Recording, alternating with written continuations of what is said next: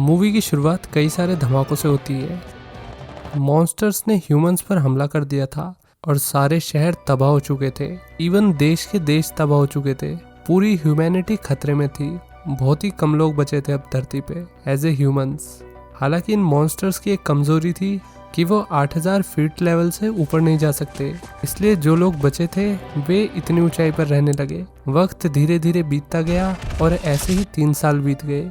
जो लोग मॉन्स्टर से बच गए थे अब वो इन पहाड़ों पर रहने लगे। कोलोराडो के पहाड़ों पर एक शेल्टर था जिसमें एक हंटर नाम का छोटा लड़का रहता था। एक दिन लड़का बाहर घूम रहा था। वो यहाँ पर रिफ्यूजीज को देखने आता। जब वो घर वापस जाने लगा उसने देखा एक रेड लाइट उसके पास आ रही थी। ये एक मॉन्स्टर था। उसने हंटर पर अटैक कर दिया। लड़का तेजी में भागने लगा और भागते भागते वो सेफ लाइन के अंदर आ गया। मॉन्स्टर इस बाउंड्री को पार नहीं कर सकता था, इसलिए उसे वापस जाना पड़ा। हंटर ने घर आके सारी घटना अपने बाप को बताई। इसके बाप का नाम विल है।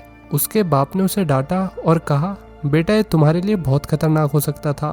बात सिर्फ मॉन्स्टर की नहीं है, तुम्हें पता है ना, ऊंचाई पर रहने की वजह से तुम्हारे लंग्स बहुत वीक हो गए हैं और तुम ऑक्सीजन पर जी रहे हो। इतनी ज्यादा भाग दौड़ करोगे तो ये बचा कुचा ऑक्सीजन भी खत्म हो जाएगा।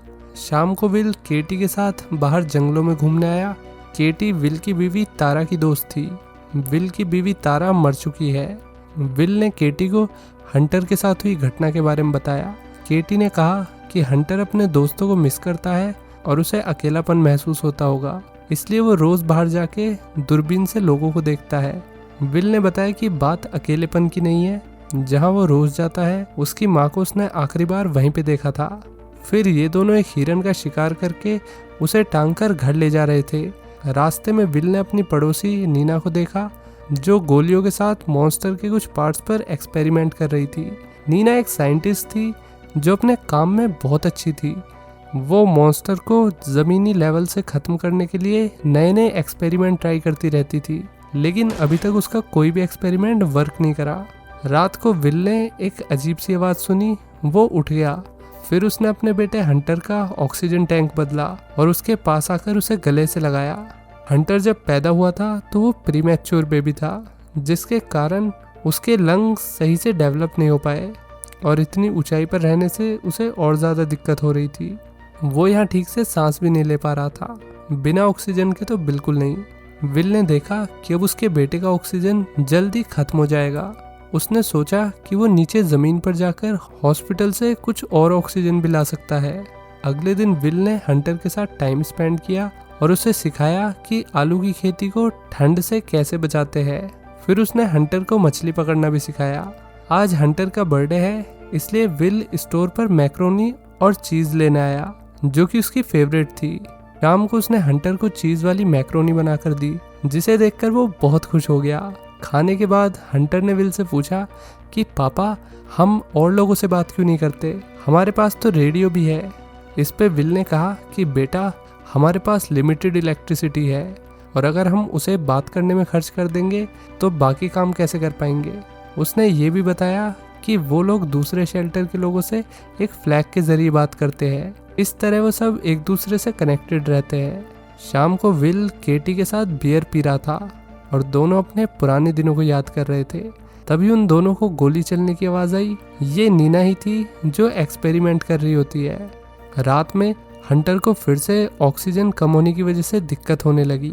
विल उसके पास आया और इंजेक्शन लगा के सिचुएशन को संभाला।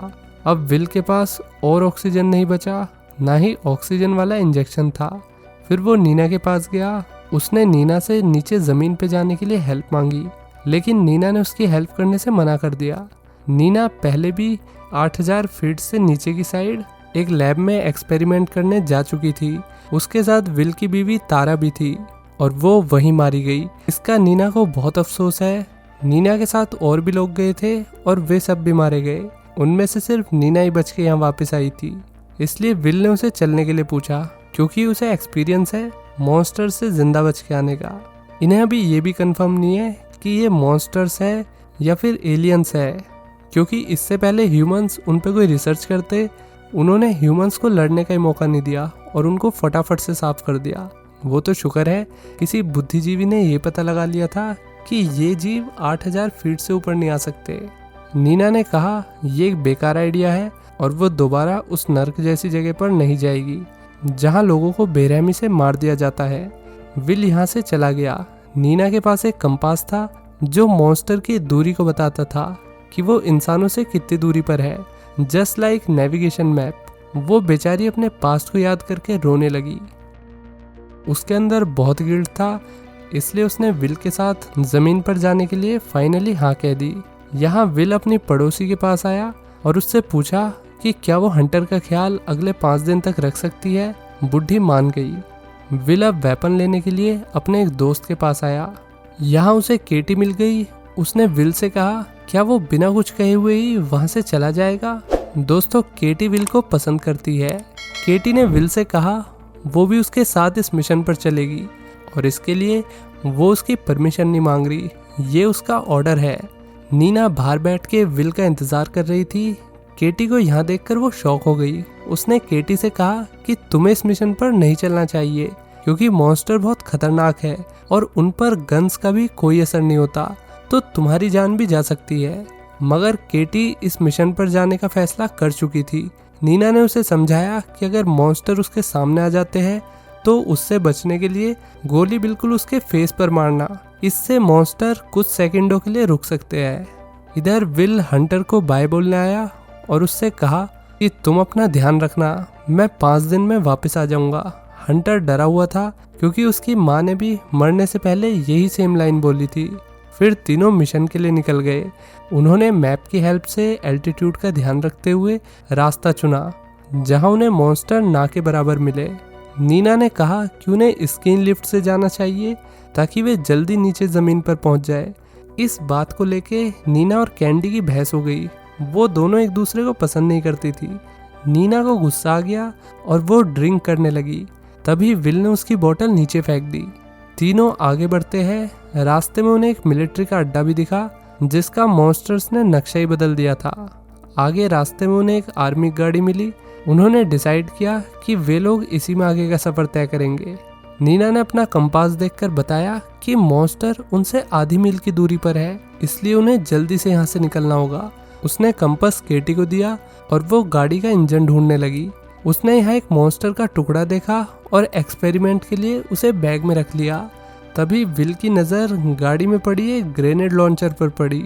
इसे देखकर उसे राहत मिली, पर उसे ये इस्तेमाल करना नहीं आता था। इतने में केटी विल के पास आई और बोली कि वो टेक्सास से है और उसे ग्रेनेड लॉन्चर चलाना आता है। वो आगे बढ़ते, इससे पहले नीना ने केटी को ताना मारा कि कैसे वो उसकी दोस्त के पति के साथ फ्लर्ट कर रही है। फिर केटी ने तारा की मौत के लिए नीना को ब्लेम किया और दोनों में अगेन लड़ाई हो गई। तभी उन्होंने वहाँ एक अजीब सी आवाज़ सुनी। ये आवाज़ घोड़ों की थी। वहाँ बहुत सारे घोड़े देखकर नीना ने कहा कि मॉन्स्टर सिर्फ ह्यूमन को अपना टारगेट बना रहे हैं। जानवर और बाकी चीज़ें एकदम पहले जैसी है। चलते चलते तीनों एक स्की रिजॉर्ट के पास आ गए। नीना ने अपने कंपास पर देखा कि मॉन्स्टर बिल्कुल उनके पास है। तभी उसने वहाँ रेड लाइट देखी। तीनों डर गए और इधर उधर भागने लगे। केटी ने कहा कि वो ज़मीन पर ही रहेगी और मॉन्स्टर को मिसाइल से मार देगी। नीना और विल एक कंट्रोल रूम पर चढ़ गए। केटी ने मॉन्स्टर पर ग्रेनेड लॉन्चर से हमला किया और वहाँ जोर से धमाका हुआ। उसे लगा मॉन्स्टर मर गया, लेकिन वो जिंदा था। फिर नीना और केटी ने मॉन्स्टर पर अलग अलग डायरेक्शन से फायरिंग की। विल ने कंट्रोल रूम में से जल्दी से लिफ्ट के तार जोड़े और वो दोनों इस पे बैठ के हाइट की तरफ जाने लगे। मॉन्स्टर उनके पीछे भागने लगा। केटी भी इस लिफ्ट पर जैसे तैसे आकर लटक गई। विल ने उसका हाथ पकड़ा और उसे ऊपर खींच लिया, लेकिन मॉन्स्टर भी तार पे लटक गया और उसके वजन से तार टूट गई और वे तीनों जमीन पर जा गिरे। तीनों तेजी में भागने लगे। मॉन्स्टर भी उनके पीछे भाग रहा था। तभी उन्होंने फाइनली सेफ बाउंड्री क्रॉस कर ली। अब वो तीनों सेफ जोन में थे और मॉन्स्टर ये बाउंड्री क्रॉस नहीं कर सकता। रात को वो लोग एक रिजॉर्ट में रुके और बैठ के ड्रिंक करने लगे। नीना ने विल और केटी से कहा कि मॉन्स्टर सिर्फ ह्यूमन को मारने के लिए आए हैं। वो उन्हें खा भी नहीं रहे, बस मार रहे हैं। इसका मतलब वो सिविलाइजेशन को ख़त्म करना चाहते हैं। उन्होंने एक पॉइंट और नोटिस किया कि मॉन्स्टर 8000 फीट से ऊपर नहीं जा पाते, जो कि काफ़ी अजीब बात है। फिर विल अपनी पास्ट की मेमोरी को याद करने लगा, जहां वो अपनी बीवी से कह रहा था कि मॉन्स्टर के एक्सपेरिमेंट के लिए नीना के साथ ना जाए, इससे उसकी जान भी जा सकती है। उसने अपनी बीवी से ये भी कहा कि नीना की तो कोई फैमिली भी नहीं है, उसके पास खोने के लिए कुछ नहीं है, पर तुम्हारे पास तो है। तारा ने उसकी बात नहीं मानी और वो तारा बन गई, एक्सपेरिमेंट करने के चक्कर में मर गई। Back to present. सुबह होते ही ये तीनों आगे बढ़े, जहां उन्हें माइन टनल दिखा जो माउंटेन के नीचे था। नीना ने विल से कहा कि टनल के अंदर जाना खतरे को अपनी तरफ बुलाने जैसा है। ये टनल एकदम सीधी होगी, इसका क्या भरोसा। उन्हें टनल के बारे में ज़्यादा नहीं पता। विल ने कहा कि हम टनल से ही जाएंगे और सेफली एग्जिट करेंगे। नीना ने बताया कि अगर वो अंडरग्राउंड गए तो सिग्नल न मिलने की वजह से उसका कंपास काम करना बंद कर देगा। सारे रिस्क को देखते हुए भी विल नहीं माना और वो तीनों फ्लैशलाइट वाले हेलमेट पहन के टनल के रास्ते से आगे बढ़ने लगे। आखिर में आकर उन्होंने देखा कि एग्जिट पर तो ताला लगा हुआ है। फिर उन्हें वहाँ एक छोटी टनल दिखी जहाँ सीढ़ियाँ थी। विल ने कहा कि उनके पास एग्जिट का और कोई ऑप्शन नहीं है, वो सीढ़ियों से नीचे जाएंगे। नीना ने कहा ये बहुत रिस्की हो सकता है। नीना ने यहाँ बताया कि उनकी बॉडी की कार्बन डाइऑक्साइड की स्मेल से मॉन्स्टर उन्हें मीलों दूर से भी ढूंढ सकते हैं। इस पे केटी ने कहा चलो मैं मरने के लिए तैयार हूँ। Spoiler alert. नीना भी लाइक तुम काफ़ी फनी हो। केटी ने भी नीना से कहा तुम भी काफ़ी इंटेलिजेंट और स्मार्ट हो, हालांकि लगती नहीं हो। फिर उन्हें रेड लाइट दिखने लगी। वो लोग समझ गए मॉन्स्टर उनके बहुत पास है। तीनों भागने लगे। केटी ने ग्रेनेड लॉन्चर से मॉन्स्टर को भगाने की कोशिश की, पर वो इसमें फेल हो गई।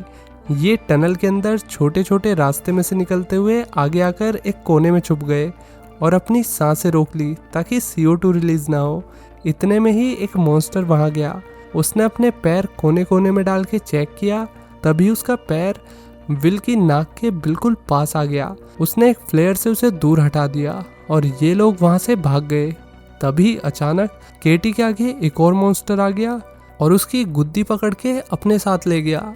विल और नीना ये देखकर बहुत दुखी हुए, पर दोनों कुछ नहीं कर पाए और सीढ़ियों से चढ़ के माउंटेन के दूसरी साइड आ गए। नीना अब केटी की आत्मा की शांति के लिए प्रे करती है। वहाँ इन दोनों को एक गाड़ी और घर दिखा। वो रात बिताने के लिए वहीं रुक गए। यहाँ नीना को चीज़ और मैक्रोनी रखे हुए मिले। विल ने उसे बताया कि हंटर को ये डिश सबसे ज़्यादा पसंद है। नीना ने कहा कि मुझे भी ये बहुत पसंद है, ये किसी एडिक्शन से कम नहीं। इसके बाद दोनों हाथ सेकने के लिए आग के सामने बैठ गए। यहाँ नीना ने विल को अपनी रिसर्च के बारे में बताया कि अगर वो एक इलेक्ट्रोमैग्नेटिक फील्ड को क्रॉस करने वाली बुलेट बना ले तो सारे मॉन्स्टर को मारा जा सकता है। इसके लिए उसे कुछ केमिकल चाहिए होंगे जो उसे लैब में मिलेंगे। ये सुन के विल ने कहा कि तुम्हारा आइडिया बहुत बकवास है। ऐसे ही एक्सपेरिमेंट के चलते मेरी बीवी मर गई और ऐसी कोई मैजिक बुलेट नहीं बनाई जा सकती। नीना ने उससे कहा कि यह कोई मैजिक नहीं, साइंस है। सुबह हो गई। नीना और विल गाड़ी में बैठकर एक सेफ रास्ते से हॉस्पिटल आ गए। दोनों मेडिकल सप्लाई की तरफ जाकर ऑक्सीजन ढूंढने लगे, पर वहाँ की सारी अलमारी खाली थी। नीना ने ग्राउंड फ्लोर पर एक आवाज़ सुनी। फिर दोनों दूसरे सप्लाई कमरे में गए। यहाँ विल को कुछ ऑक्सीजन मिल गए। उसने सारे ऑक्सीजन बैग में भर लिए। तभी नीना को कंपास से पता चला कि मॉन्स्टर अब उनके आसपास ही है। वो दोनों वहाँ से भागने लगे। रास्ते में उन पे एक दीवार टूटकर गिर गई। तभी दूसरी दीवार से मॉन्स्टर का पैर बाहर आया और उसने विल की गुद्दी पकड़ ली। नीना ने उसे बचाने की कोशिश की। जैसे तैसे दोनों मॉन्स्टर से बच के भाग गए। विल ने यहाँ रखे हुए ऑक्सीजन सिलेंडर को देखा। उसने एक प्लान बनाया और नीना के साथ जल्दी से दूसरी साइड भाग गया। मॉन्स्टर जब वहाँ आया तो विल ने ऑक्सीजन सिलेंडर पर गोली चला दी। मॉन्स्टर के टुकड़े हो गए और वो बिल्डिंग से नीचे गिर गया। नीना विल से कहती है कि तुम यहाँ से वापस माउंटेन्स पर चले जाओ, मैं यहीं रुककर अपना एक्सपेरिमेंट पूरा करूँगी। विल ने उससे कहा कि तुम पागल हो गई हो क्या, यहाँ रहोगी तो मारी जाओगी। नीना कहती है कि कब तक वो लोग ऐसे जीते रहेंगे और जो ऑक्सीजन तुम आज यहाँ से लेके जा रहे हो वो एक दिन खत्म हो जाएगा, फिर उन्हें ज़मीन पर आना पड़ेगा। इससे अच्छा ये होगा कि वो मॉन्स्टर्स को जड़ से हमेशा के लिए ख़त्म कर दे ताकि सब लोग वापस अपने घरों में लौट आए। दोनों गाड़ी में बैठकर एक लैब में आ गए नीना ने अलग अलग केमिकल को बुलेट्स पर लगाया और मॉन्स्टर के एक टुकड़े पर सभी बुलेट्स को शूट करके चेक किया, लेकिन उसका एक्सपेरिमेंट हर बारी फेल हो रहा था। तभी विल ने टेबल पर नीना की एक फ़ोटो देखी जिसमें उसके साथ उसकी पूरी फैमिली थी। विल को नीना की फैमिली के बारे में नहीं पता था। उसे हमेशा से यही लगता था कि नीना की कोई फैमिली नहीं है। फिर नीना ने बताया कि जब मॉन्स्टर्स ने ज़मीन पर अटैक किया तो मेरी फैमिली मेरे ही सामने मारी गई और मैं कुछ भी नहीं कर पाई। उसे इस बात का बहुत दुख था कि वो अकेली बच गई। विल नीना से कहता है कि मुझे माफ़ कर दो, मैंने अपनी बीवी की मौत का ब्लेम तुम पर डाला और इसमें किसी की गलती नहीं है क्योंकि वो लोग मॉन्स्टर के सामने कुछ नहीं कर सकते। नीना ने विल से कहा, तुम यहाँ से जाओ, मैं अपना एक्सपेरिमेंट ख़त्म करके जल्दी ही तुम्हें रास्ते में मिलूंगी। पहले तो विल ने अकेले जाने से मना कर दिया, पर जब नीना ने उसे कहा कि हंटर को तुम्हारी ज़रूरत है और तुम अपनी ज़िंदगी खतरे में नहीं डाल सकते, तो विल वहाँ से चला गया। नीना ने अब एक्सपेरिमेंट को आगे जारी रखा। फिर उसकी नज़र वहाँ एक केमिकल पर पड़ी। उसने गोलियों पर इस केमिकल को लगाया। तभी उसके सामने एक मॉन्स्टर आ गया। नीना ने उसे शूट कर दिया। इधर विल गाड़ी से वापस घर जा रहा था, पर रास्ते में उसकी गाड़ी एक पत्थर से टकराकर पलट गई। विल बेहोश हो गया और जब उसने मॉन्स्टर की आवाज़ सुनी तो वहाँ से अपना बैग लेकर माउंटेन की तरफ भागने लगा। वो एक पहाड़ पर आ गया जहाँ उसे मॉन्स्टर ने चारों तरफ से घेर लिया। मॉन्स्टर उसकी तरफ आने लगे। विल ने उन पर गोलियां चलाना शुरू कर दिया, पर मॉन्स्टर्स पर गोलियों का कोई असर नहीं होता है। विल को लगा अब उसका खेल खत्म, पर तभी एक मॉन्स्टर को पीछे से किसी ने गोली मारी और मॉन्स्टर मर गया। गोली मारने वाली नीना थी। उसने गोली से आसपास के सारे मॉन्स्टर्स को मार दिया। फाइनली उसने ऐसी गोली बना ली थी जिससे मॉन्स्टर्स को मारा जा सकता है। इसके बाद नीना ने विल को बताया कि मॉन्स्टर रियल नहीं है, ये तो रोबोट है, मशीन्स, जिन्हें ज़मीन पर सिर्फ इंसानों को मारने के लिए भेजा गया है। बाकायदा इनकी कोडिंग हो रखी है कि इन्हें सिर्फ इंसानों को चोट पहुंचानी है, चोट ही नहीं इवन ख़त्म कर देना है। बस इनमें ज़्यादा ऊंचाई पर जाने का फीचर नहीं है, तभी मॉन्स्टर्स हाई एल्टीट्यूड वाली जगह पर नहीं चढ़ पाते। विल ने कहा, लेकिन ये सब किसने किया होगा? डोनाल्ड ट्रम्प भी लाइक, ऑब्वियसली चाइना ने। नीना और विल वापस अपने घर आ गए। अपने पापा को जिंदा देखकर हंटर का दिल गार्डन गार्डन हो गया।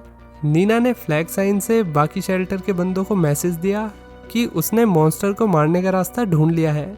उन्होंने ये अनाउंसमेंट एक बार रेडियो पर भी कर दी ताकि सभी लोकल बंदों तक ये मैसेज पहुंच जाए। सब लोगों ने गोलियों को कोबाल्ट धातु लगाकर तैयार किया। नीना और विल ने अब कुछ गोलियां केटी की कब्र के पास भी रख दी, क्योंकि इस एक्सपेरिमेंट में वो शहीद हो गई थी और उसके शहीद होने का तरीका काफ़ी कैजुअल था। सभी लोग बंदूक लेकर ज़मीन पर गए और सभी मॉन्स्टर्स को ख़त्म कर दिया। इसी के साथ ये मूवी यहीं ख़त्म होती है। तो दोस्तों, कैसी लगी कहानी लाइक और कमेंट करके बताइए। चलिए मिलते हैं नेक्स्ट वीडियो में। Till then take care, bye bye.